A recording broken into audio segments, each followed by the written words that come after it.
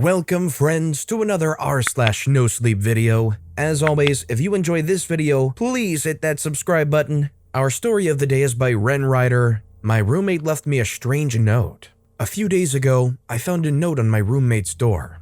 I frowned instantly when I saw it. By now, I'd grown quite annoyed at Tom's antics. Ever since he started dating Jessica, he'd started doing this. She was the one who gave him the idea, saying it was cute and romantic.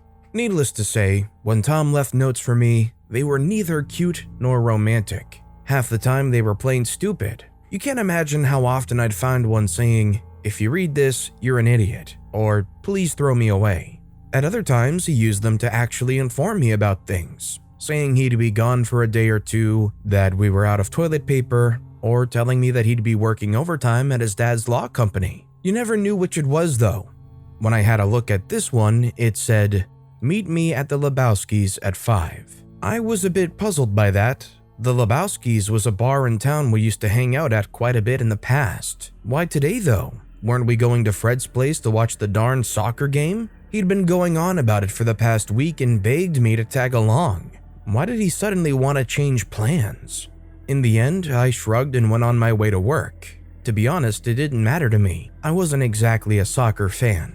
On the tram, I pulled out my phone to call him why he wanted to go to the bar. It went straight to voicemail. So much about those perks at his dad's company he'd been telling me about. I dropped him a quick message on WhatsApp and put my phone away. Work was slow that day.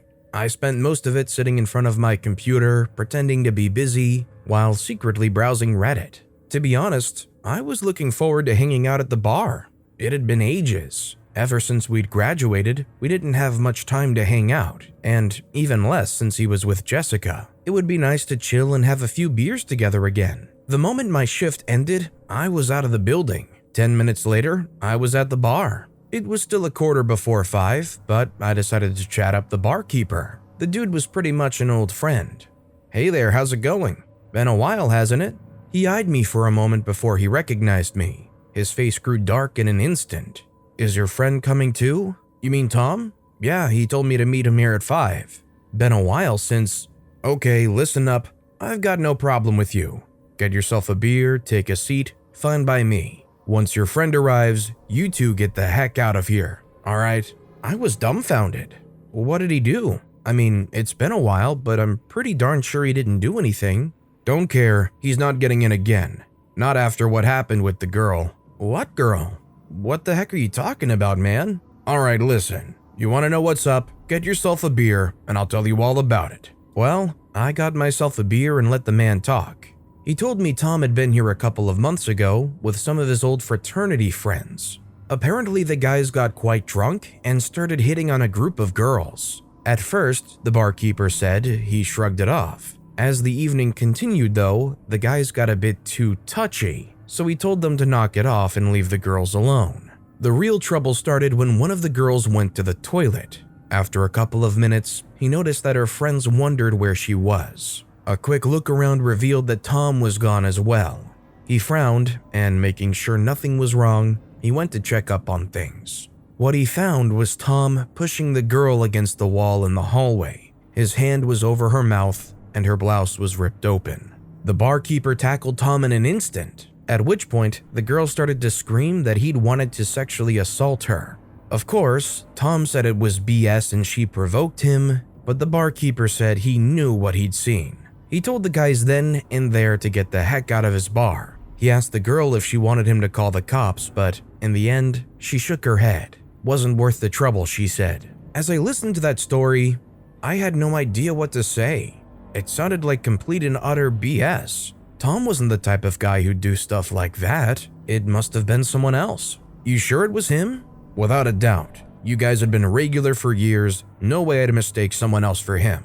I'll probably recognize his face the moment he steps in." I didn't know what to reply, so instead, I decided to wait until Tom would arrive. Hopefully he'd be able to clear this whole thing up and we could move past it. It soon turned 5. Then 10 passed, and then a quarter passed.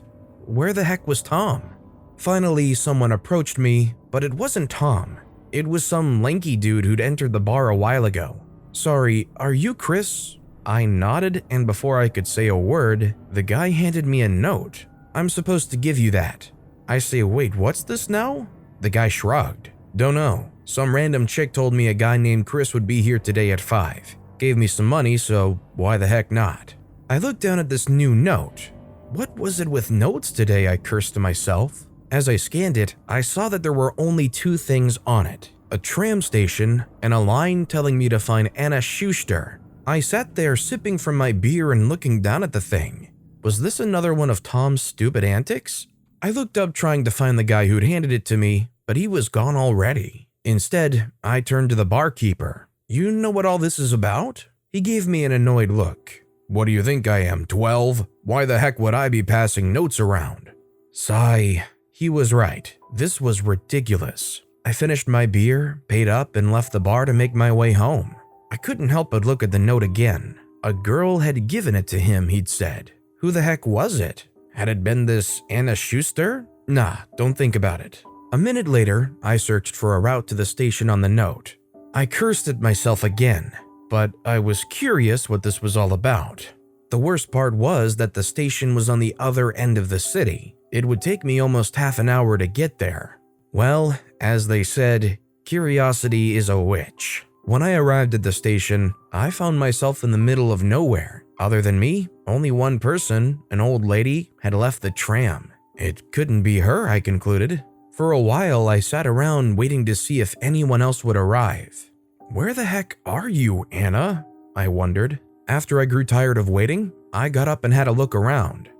There was nothing at the station, no notes, no hint, nothing but advertisement and the timetable for trams. I googled the name, but all I found were dozens, if not hundreds, of Facebook profiles. Great, I thought. This was getting more and more stupid. What was I supposed to be doing here? There was nothing here. Was this nothing but a silly prank? I ripped out my phone to call Tom again. It still went straight to voicemail. I looked up the departure board and saw that the next tram would arrive in about 10 minutes. I looked up and down the street. Nothing. On the other side was this huge modern factory complex. There was no way I'd go there and search for someone. Other than that though, there was nothing. No other buildings nearby. All there was a bounding wall behind me, most likely closing off some private property. Finally, I opened maps to see if there was really nothing else around. I realized why there was no buildings on my side of the street. The bounding wall belonged to a cemetery. Was I supposed to meet this girl at the cemetery or… I found the gate soon enough and went in. This had to be some messed up joke, I told myself. With an ominous feeling, I started to make my way around. I hoped that soon Tom or maybe some of his fraternity friends would jump out from behind a gravestone to scare me. It didn't take me long to find something else though. Anna Schuster's grave. The date on the gravestone told me she'd died about half a year ago. The engraved text said that the lovely daughter was taken from her family much too early. What the heck? What's this all about? Why send me here? Then I got an idea. I took out my phone, and this time I searched not only for her name, but also her age and the day she'd died. At first, I saw nothing of interest, until I stumbled upon a long post at a local forum. It talked about a controversial case related to the assault and murder of a young woman.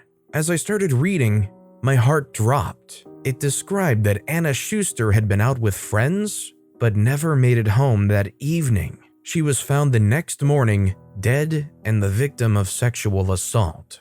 The official story was that no perpetrator was ever found, and that the case remained open to this day. The real story, though, the poster said, is that it was clear who the perpetrators were. There were witnesses, and there were evidence pointing to a group of young men. They'd been harassing the girl before at a bar. It couldn't be, I thought as I read on. The poster said those things soon changed. Witnesses changed or retracted their testimony, and evidence vanished. It was a full-blown cover-up. The poster mentioned 7 names in total. One is the supposed son of the head of police, another the son of wealthy parents, yet another the nephew of a politician. The list went on. Tom's name was 6th on the list, the son of a successful and influential local attorney. I read on and found out that the case was dropped without ever making it to trials. I felt cold as I read this. Very cold. How the heck had I never heard about any of this, but the answer was right in front of me. They'd swept it under the carpet. Was it true though? Could Tom and his friends really have done that? I had to confront him about this. This was way too serious. On my way back to the station, I tried calling him once more. He still didn't pick up. Once I was on the tram, I opened up the forum thread again. As I scrolled down, I found pictures of Anna and her family. In one, she was posing with her parents, and in another, she was posing with her sister? At least that's what the caption said. Anna and Caroline Schuster. This couldn't be. This girl was the spitting image of Tom's girlfriend. No, the longer I looked, there was no doubt that this was Jessica. My head started to spin. What the heck was going on? I tried calling Jessica, but I couldn't reach her either. The rest of the tram ride, I was all pins and needles. I had to get home. I had to figure out what was going on. As I arrived home, I went straight to Tom's door and started knocking, but there was no answer. Then I remembered the note. Why this darned note? Don't tell me. I called his dad on his office phone. Even though it was almost 9 in the evening by now, the man answered.